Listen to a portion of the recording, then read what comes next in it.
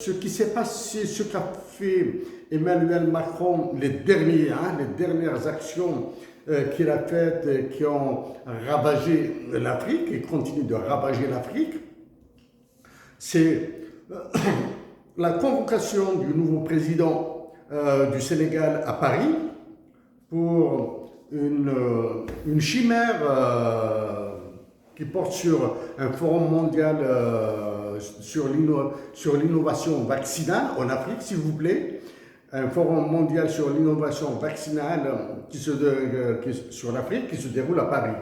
Merci pour cet humanisme d'Emmanuel Macron et ce qu'il a fait de l'occupant de sa conciergerie en Algérie, à Alger, en Mouradia, qu'il a convoqué à Paris.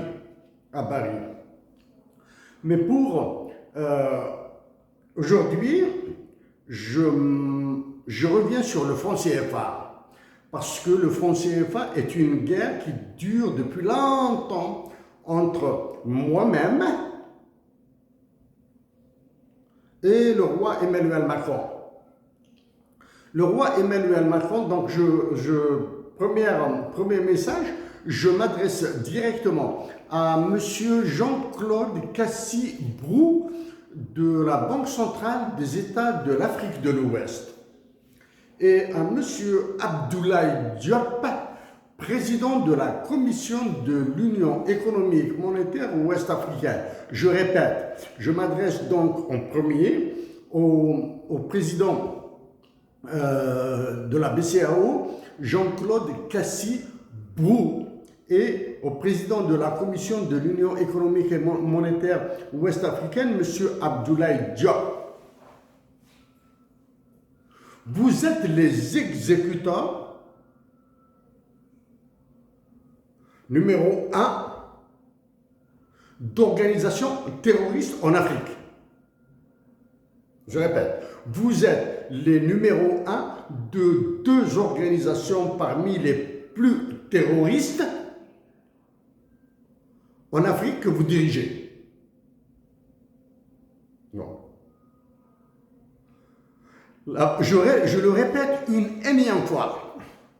La Banque centrale des États de l'Afrique de l'Ouest, l'UEMOA, l'Union économique monétaire ouest-africaine, l'UMOA, l'Union monétaire ouest-africaine, la CEDEAO, la Communauté économique des États de l'Afrique de l'Ouest, sont des organisations terroristes. Okay. Toutes ces organisations terroristes ont une commission qui est composée des chefs d'État des pays de l'Union de l'UMOA.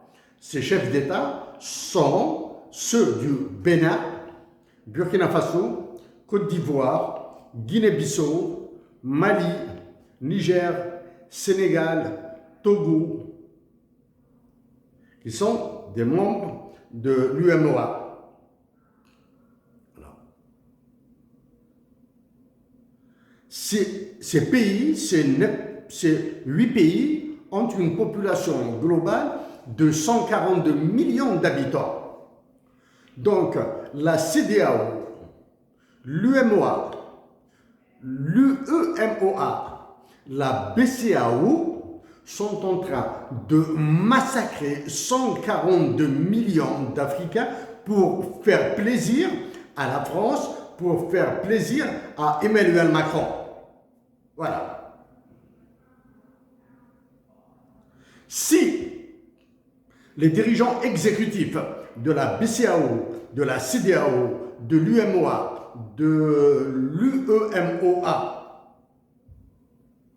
se complaisent dans ce rôle d'assassinat, dans cette fonction d'assassinat de leurs compatriotes,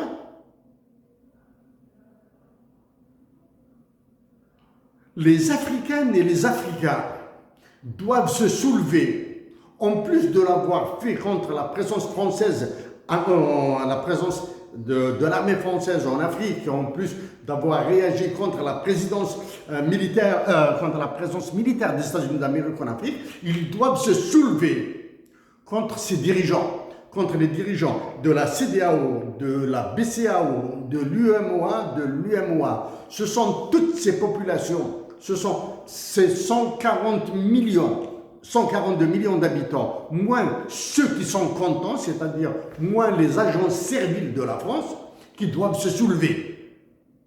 Bon. Voilà. Donc, à vous, dirigeant de la BCEAO, de l'UMOA, M. Jean-Claude Kassi-Brou et M. Abdoulaye Diop,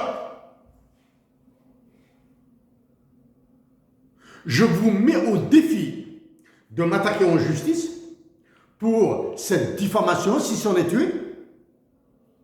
Je vous défie de m'attaquer en justice. Si la question de la justice, le problème de la justice risque de devenir trop grand pour vous, sachant qu'actuellement je suis dans des démarches avec le FMI et la Banque mondiale et l'ONU dans le cadre de mon pays, l'Algérie. Je suis un Algérien qui défend les pays africains.